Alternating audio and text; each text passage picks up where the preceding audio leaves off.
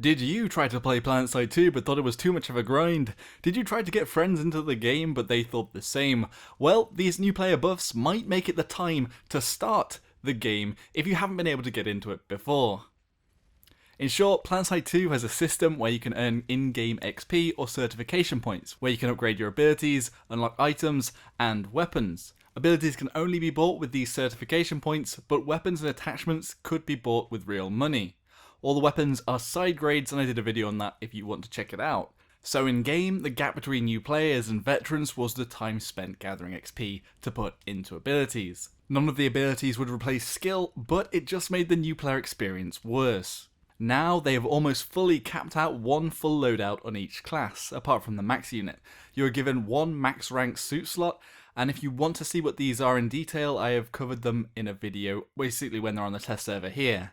You're also given attachments for your weapons, and a 1x red dot sight. On the LMG and assault gun you have the forward grip to help with control. The carbines have the laser sight for better hipfire, which makes sense versus light assaults, which are often dropping behind enemies up close and personal.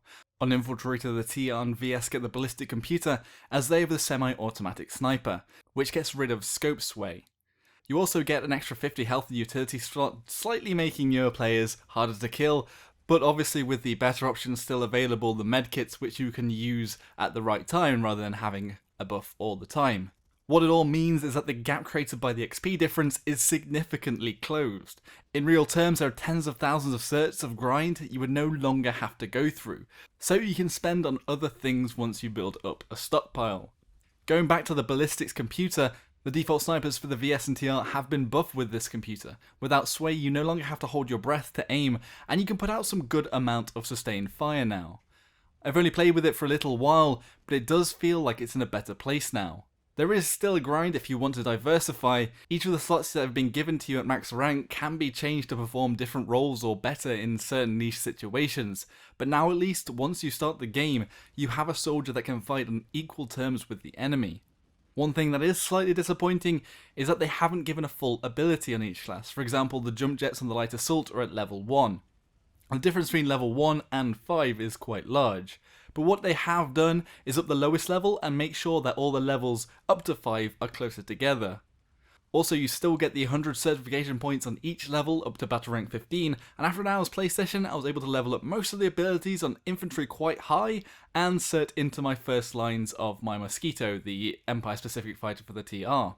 Another new player buff was to make it so that when you revive somebody, they come back at full health, which previously they would have been hurt and only max rank would revive max HP.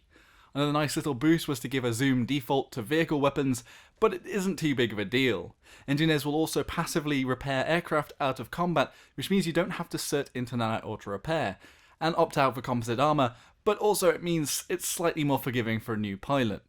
Really, I hope they do take a good look at this and decide to certify the default loadouts on each of the vehicles too.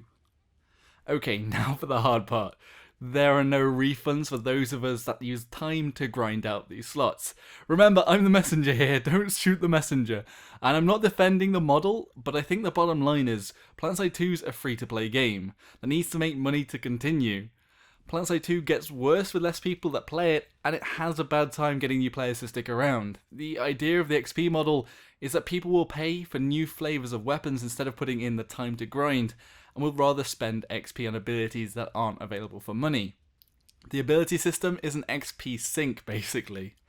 Daybreak aren't willing to give tens of thousands of certs back to players, as it could keep the veterans from purchasing any new items they put out for quite a while, which they do make money on. And it's the curse of being a free-to-play game really, but that makes it free to us as well.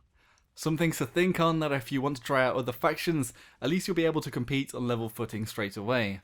Although if you put the time in as I have, you probably have been paying with the things you've unlocked for quite a long time now, and got quite a bit of value out of it, and the players who are going to be the most sore are those at battle rank 50 or 60 that have only just got a few of their loadouts certed out. Some more tweaks have made their way in. The big one they have been constantly pushing the past few months is server performance and game performance. Whether or not there's too much of a change, I haven't played enough to find out. It will also probably be different on other PC builds. Maybe all of you could report on this one. Knives have always been pants in game, and Daybreak have given it a go at trying to buff them, and in short they made it so that they swing faster and you're able to cloak quicker after swinging. I gave it a little go earlier, and honestly, as someone who doesn't do it very often, I couldn't see any big change, but it is a legitimate style of play combined with a Stalker Cloak, and hopefully it will mean more to the players that try to use that build. Maybe some of you can weigh in on this one, and also Iridar has written a great blog post breaking down the stat changes and what they mean, and the link will be in the description to that. Flow of battle has always been not the best in Planetside 2, with lots of chokes on bases that aren't big enough for the amount of players to fight there, and an update that very slightly alleviates this is reducing the capture time of large outposts from 21 to 15 minutes if you hold 2 points, and will hopefully shave off 6 minutes of a clusterfuck stalemate.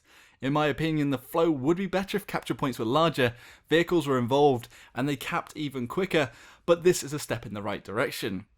They've also took another stab at the air game, slightly buffing the Tomcats range, which have almost died out in live. And they've also slightly nerfed the Coyotes, making them do less damage, and you can dodge them now, but I haven't been in a situation to try that feat yet. Either way, a nerf to the cursed prior version of the Coyotes is extremely welcome. You will get your cert points back if you bought the Courtian Proximity Radar, as they have made it default on the Ant vehicle. So that's one positive maybe for you to take back with you. Basically at the moment you can now see close Courtium deposits popping up on your hood. Finally, they've made it so that continent capture requires 20 victory points, giving more points to facility capture and control. There are more little tweaks, and if you want to see the full list, it's in text form and I'll link that below. Anyway, this update is, in my opinion, one step in the right direction, and I can only hope it gets new players to stick around. I know that the no refund policy is hard to swallow, but that's what it is. What does everyone else think? Be sure to let me know in the comments below. If you enjoyed the video, give it a like, and if you still want to shoot the messenger, give it a dislike. Subscribe for more Planetside 2, and thank you all very much for watching. Until next time, Joshino.